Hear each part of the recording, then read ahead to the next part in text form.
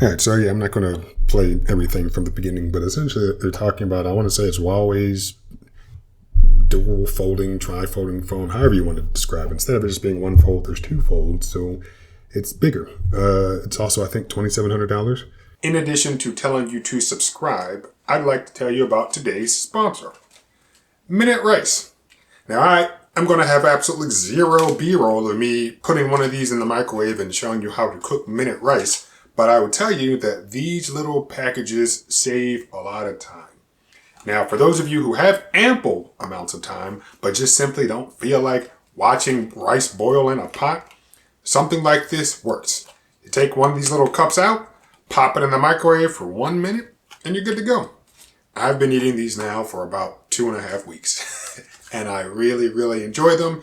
You have your regular white rice, you have your brown rice, you have jasmine, you have wild rice. I think there's a brown rice and wild rice combination, and basmati.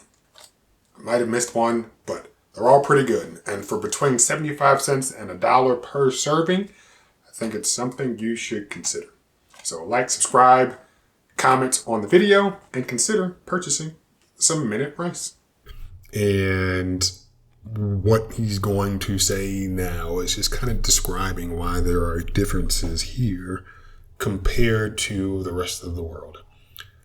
Also, I've said it plenty of times before, and yeah, it's my opinion, so whatever. Maybe I'll be wrong, maybe I won't. But having owned, yes, only one folding phone, I will say that folding phones are not the future, mainly because, and I know it's the most simplest thing, but taking the time to open a phone is more work than what most people actually want to do. Also, to the phone manufacturer's credit, they've made the external displays usable to the point where you don't need to open the phone. So why would you? So you spend extra money on a device because it has another screen on the inside. I get that. But the required effort, which again is just opening the device, isn't worth it for most people. And I feel that people are going to buy these phones, some will, and then they'll realize, oh, I use the external screen for the most of what I do. It really, there's no need for this bigger internal screen. So let's hear what they have to say, and then I have some thoughts, because they talk a little more about what's happening here in the United States as opposed to other places around the world. Yeah.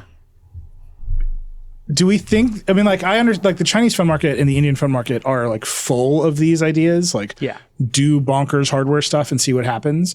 Markets around the world are generally more open to weirdness just because of the way our carriers are and Apple's iMessage domination. They're all a bunch of VergeCast stuff that means we don't get cool phones first. All right, so he dropped two big bombs right there.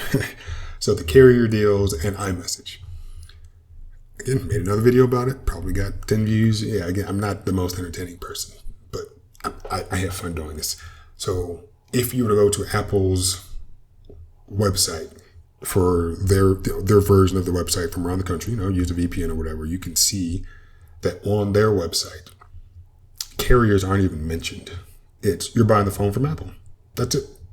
They made the phone. They made the operating system. The carriers in the area support the phone. And you're buying it from Apple. I'm not saying that if you go, you can't go to the carrier's websites for whatever they are in that location and probably buy some stuff. Yeah, I'm sure you can, but it's evident that Apple operates differently around the world compared to the way that it operates here. And if you go to Apple's website here in the United States, plastered with what I think the big three, so Verizon, T-Mobile, AT&T, I think Boost Mobile is listed on the site now. And it's just, why are they involved? It even got to the point where if you want to finance a phone on using your Apple card, I believe you have to buy, you can't buy just the unlock one using the Apple card. You have to actually buy, one of the ones for one of the carriers.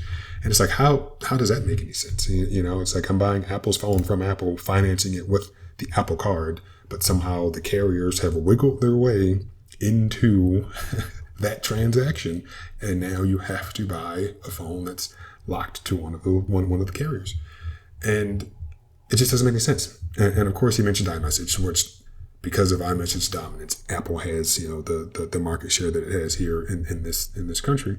And yeah, it's for both of those statements. I'm not a world traveler at all, but you can just see that there are differences. And yeah, it's unfortunate that, one, we have to deal with the carriers the way that we do. Two, that iMessage is as dominant as it is. And three, I was going to mention something else, but I'm sure it'll come back to me momentarily. Oh no, this one video has the guy actually folding it, and then you watch it all like realign itself. Yeah. It looks cool. I mean, Huawei did have to build their own operating system because, again, we the amount of sanctions the United States government put on Huawei just changed the direction of that company. That's fine. But it just seems like this is a weird... You look at this, you look at how people are excited about it in a way that the first set of foldables didn't really capture, but now maybe the technology is mature enough. See, I think there's there's a weird cultural element here too, because we're seeing all of these things happening in other countries, and the United States is so focused on the iPhone, and the iPhone is so stuck in glass slab land. And like Google, it's really nice that Google's coming in, but Huawei's been doing this for a while. A lot of Xiaomi's been doing this. A lot of these other companies have been doing really, really cool stuff with phones that just don't come to the United States. In many ways, it's less like they're doing weird stuff. It's more like we're getting a little left behind. Yeah. I mean, again, it's so hard to break into the U.S. smartphone market because of the essential duopoly of Apple and Samsung that the carriers have more or less enforced. So it goes. We've talked about this so many times. Yeah, and I've talked about it so many times as well. That Apple, Samsung, you go into the carriers stores, those two companies are what you're plastered with. You might have a few cheaper Motorola phones. Google is trying to assert itself somehow. We'll see exactly how much market share they actually take. Don't know if it'll be much. But yeah, like that's just the way things operate here. That the carriers essentially have decided what phones we're going to buy. Now, other phones exist. And every time I talk about phones, I feel like I have to bring out my Zen phone. I mean, that phone is great.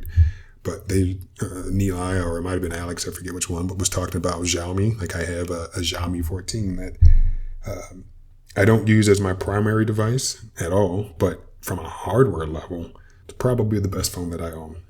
And it's just, hey, when there's actual competition, the companies are forced to actually try. And for every iPhone video that I've made, I mean, it's evident that they try some, but the phone could be significantly better and they could charge the exact same amount, but there's no reason for phones to improve more than they are, or I'll say at the rate that they are, because there's not really any competition here in this country. So they can add another camera mode and say, oh, this is camera mode, or add some more software features, or heck, I'm happy that RCS is here for the iPhone now, but that's just a simple app update. They could have done that a while ago, or it could have been iOS 17.7. Like, they could have done that, because I get it. How all this stuff is integrated, it's probably a little more complicated than just updating an app. But you didn't need a whole new version of iOS to implement RCS. But there's minimal competition here, so. What do you expect? But let's see if there's anything else worth talking about, and then we can call this one quits. Yeah. But I'm just wondering, from a hardware perspective, do we think the regular folding phones have reached their sort of like, we're done with this. We don't need to figure out any basics here. Now we're just because I think a lot of people folks are comfortable with that little crease. It doesn't seem to bother people that much, and they figured out the front of the phone, right? Like with the Pixel Pro, that was the thing everybody really likes about it, is that they figured out the front, so you can just use the phone as normal. You never even have to open it up. But then when you do want to have a good time, you open it up and enjoy yourself. I don't know, David. You have long take me out of this. You have long insisted that it'll be the flip style. Yeah, does seeing a triple fold change your mind? It should. No. And I'm just joking around for a little bit. But David thinks that flipping the phone will be the better way to go, as opposed to unfolding it the way that these bigger phones do. I think I'm done. Dead on arrival. I mean, it's nice that they are trying. something different, but folding isn't it. There are other things like, hey, 2-day battery life. Everybody would love that. High refresh rates on all things, brighter screens, faster charging, USB 3 for everybody. Like little, yes, they would be incremental changes, not necessarily form factor changes. But again, having used the folding phone and hearing what their experiences are, like when I say they, I mean these podcasters, but the experiences that other people are having, it doesn't seem like it's really going to take off the way that people, well, I'll say these companies are hoping. Also, right there at the end, where, Alex was saying, oh yeah, if you have the large screen on the outside, because that's what they've done to make the exterior screen usable. But then, if you want to have a good time, you unfold it. What are you doing? Like why do you need that small amount more of real estate? I mean, and I say small compared to a laptop or an actual tablet. And I know somebody says, "Oh, I don't feel like carrying 2 devices." Like, that's fine, I get it. But the screen of the phone, the regular screen, like that's big enough. And then adding another inch or inch and a half, depending on which device you have and depending on which device you're comparing it to, the extra cost isn't worth it. Now, if it were the same price, like, oh, get this folding phone for $800, might be like, all right, well, why not? But to pay sometimes double, if not more than double, yeah, it doesn't make any sense. So that's it. I've talked enough about folding phones. iMessage lock-in is real. And the carriers have definitely finagled their way into controlling the market.